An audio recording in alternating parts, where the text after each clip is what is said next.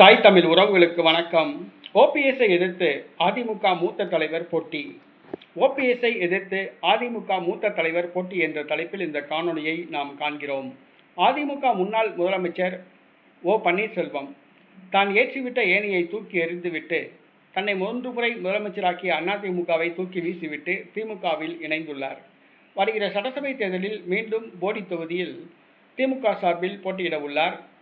வருகிற சட்டசபை தேர்தலில் அவரை தோற்கடிக்க திமுகவிலேயே தங்கத்தமிழ்ச்செல்வன் ஆதரவாளர்கள் காத்திருக்கின்றனர். இந்த சூழ்நிலையில் அவரை தோற்கடிக்க அதிமுகவில் அம்மா மக்கள் முன்னேற்றக் கழகமும் களமிறங்கியுள்ளது. தற்பொழுது ஓபிஎஸ்ஐ தோற்கடிக்க அதிமுக மூத்த தலைவர் களமிறக்கப்பட்டுள்ளார். ஓபிஎஸ்ஐ எதிர்த்து அதிமுக மூத்த தலைவர் போட்டியிடுகிறார். ஆம், ஓபிஎஸ் போடி தொகுதியில் போட்டியிடுகிறார். அவரை எதிர்த்து அதிமுக சார்பில் இரட்டை இலை சின்னத்தில் அதிமுகவின் கொள்கை பரப்பு இணைச் செயலாளர் வி.டி. நாராயணசாமி களமிறக்கப்பட்டுள்ளார்.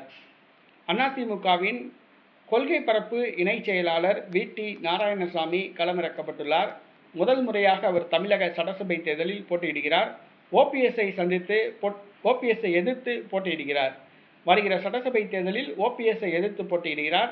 இவர் அதிமுகவின் கொள்கை பரப்பு இணைச் செயலாளராக உள்ளார் என்பது குறிப்பிடத்தக்கது. அதிமுகவில் மாநில பொறுப்பில் உள்ளார். தற்பொழுது ஓபிஎஸ்ஐ எதிர்த்து போட்டியிடுகிறார்.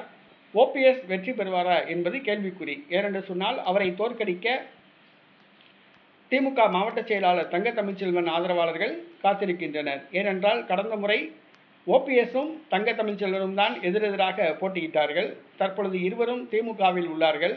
இந்த முறை ஓபிஎஸ்ஐ தோற்கடிக்க தங்கத்தமிழ்ச்செல்வன் வேலை பார்க்கிறார். கடந்த முறை தங்கத்தமிழ்ச்செல்வனை தோற்கடித்தவர் ஓபிஎஸ். தற்பொழுது இருவரும் ஒரே கட்சி. இந்த முறை ஓபிஎஸ்ஐ தோற்கடிக்க தங்கத்தமிழ்ச்செல்வன் உள்குத்து வேலைகளில் ஈடுபட்டுள்ளார். ஓபிஎஸ் கரை சேர்வாரா என்பது தெரியவில்லை. பொறுத்திருந்து பார்ப்போம்.